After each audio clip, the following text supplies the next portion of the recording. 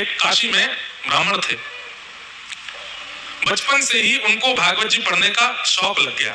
बताओ, ऐसे शौक लगे तो कितना अच्छा। वही भागवत जी हैं, लेकिन एक आश्चर्य की बात है, हर बार भागवत जी का अध्ययन करने में आपको नहीं लगेंगे। ये भागवत जी का आधुनिकता है। जितनी बार आप सुनोगे, जितनी बार आप पढ़ोगे, जितनी बार आप अध्ययन करोगे, उतनी बार भागवत जी नवीन हो जाती है। पुरा अपि नवम इति पुराणम, इसीलिए पुराण है। और पुराण भी नहीं है, महापुराण है।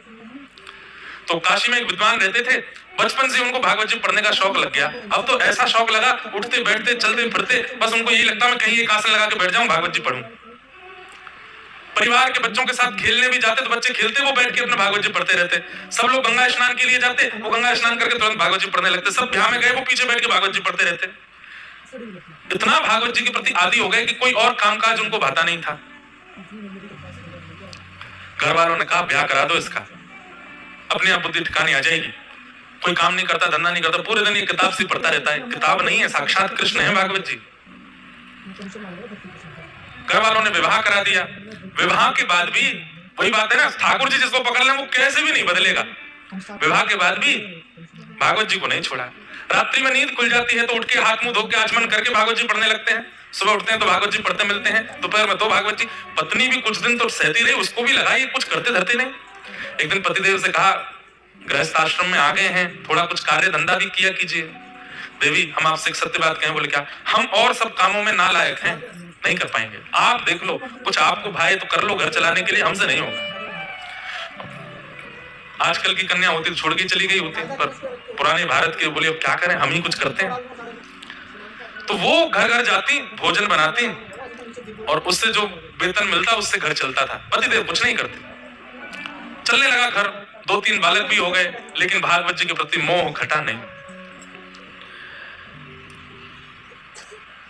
एक दिन कुछ संत आए घर में। अब इतनी कमाई तो होती नहीं थी पत्नी की, थोड़ी बहुत होती थी जिससे कि बच्चे और ये लोग प्रसाद पा लेते थे। आज का प्रसाद पा लिया, नया राशन शाम को लेके आना था बाजार से। उसी बीच में संतों की टोली आ गई। प्राचीन भारत में संत जन बता करके पूछ करके नहीं आते थे, बस आ जाते थे। और द्वार पर आकर के बस प्रार्थना भी नहीं, द्वार पर आकर के बस कहते थे कि हम इतने संत हैं, हमारी व्यवस्था करो। अब घर उस समय के भारत के लोग पूछते भी नहीं थे, व्यवस्था करते थे। संत आए, संत आ गए, आकर के घर में बैठ गए।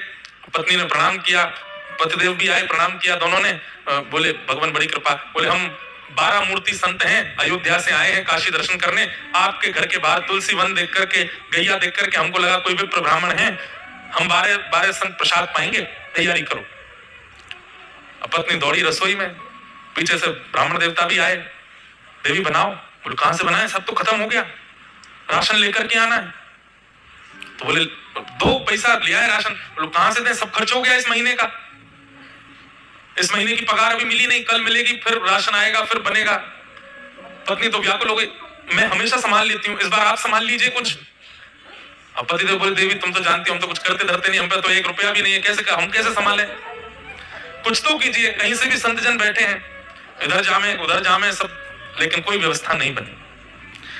बहुत देर हो गई तो संत समझ गए कि यहाँ कोई व्यवस्था नहीं है, संकोच में ही हमसे बोल नहीं रहे हैं। संत जन अपने आसन लेके उठ गए, बोले बिटिया फिर कभी आएंगे, आज के लिए जैसे आराम, कह करके चले गए। लेकिन आज इतने वर्ष बाद आज उसको बड़ी ग्लानि हुई और अपने पति से लड़ने लगी। आज आप भी अगर कुछ काम धंधा कर रहे होते तो घर की इतनी बुरी स्थिति नहीं होती। मैं घर घर जाती हूँ, रोटी बनाती हूँ, पगार मिलती, घर चलाती हूँ, बच्चों को पढ़ाती हूँ। अगर आप भी कुछ कर रहे होते तो कम से कम इतनी व्यवस्था तो होती कि कभी संत महापुरुष आ जाए तो प्रसाद पवा दें। बस पूरे दिन भागवत जी भागवत जी भागवत जी। अरे बचपन से अब तक आप इतना भागवत जी का अध्ययन करते आए हैं, क्या दिया भागवत जी ने हमको? कुछ भी तो नहीं। आप कहते हैं इनको किताब मत बोलो, पुराण मत बोलो, ग्रंथ मत बोलो, कृष्ण है तो देते क्यों नहीं कुछ भी? इतना जीवन आपने समर्पित कर दिया, अपनी पत्नी का ध्यान नहीं रखते, बच्चों का ध्यान नहीं रखते, अपने पूरे खानदान का ध्यान आप नहीं रखते, पूरे दिन वो कृष्ण रूपी भागवत में लगे रहते हैं। क्या दिया भागवत जी ने हमको? जिस घर से संतों को भूखा जाना पड़ता हो, ऐसे घर में भागवत जी को मैं कृष्ण नहीं मानती।